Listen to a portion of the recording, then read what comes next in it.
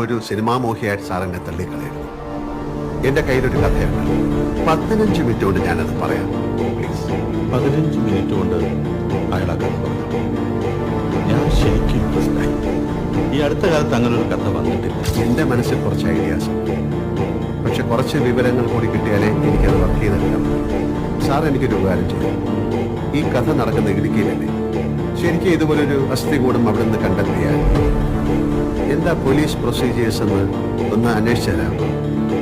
അയാൾ ആവശ്യപ്പെട്ടതുപോലെ എന്റെ പരിചയത്തിലുള്ള ഒരു ഉയർന്ന പോലീസ് ഉദ്യോഗസ്ഥന്റെ സഹായത്തോടെ ആ വിവരങ്ങൾ ഞാൻ ശേഖരിച്ചു. ആ വിവരങ്ങളുടെ അടിസ്ഥാനത്തിൽ ഒരു ഓൾട്ടർനേറ്റീവ് ക്ലൈമാക്സ് ജോർജ് എന്നോട് പറഞ്ഞു. പക്ഷേ ആ ക്ലൈമാക്സിലെ ചില റിസ്കി എലമെന്റ്സ് ഞാൻ ചൂണ്ടിക്കാണിച്ചപ്പോൾ ജോർജ് കുട്ടി തന്നെ അത് വേണ്ടാന്ന് വെച്ചു. എന്തായിരുന്നു ക്ലൈമാക്സ്? സത്യത്തിൽ അതിനെക്കുറിച്ചുള്ള ഭയമാണ് എന്നെ ഇവിടെ എത്തിച്ചത്.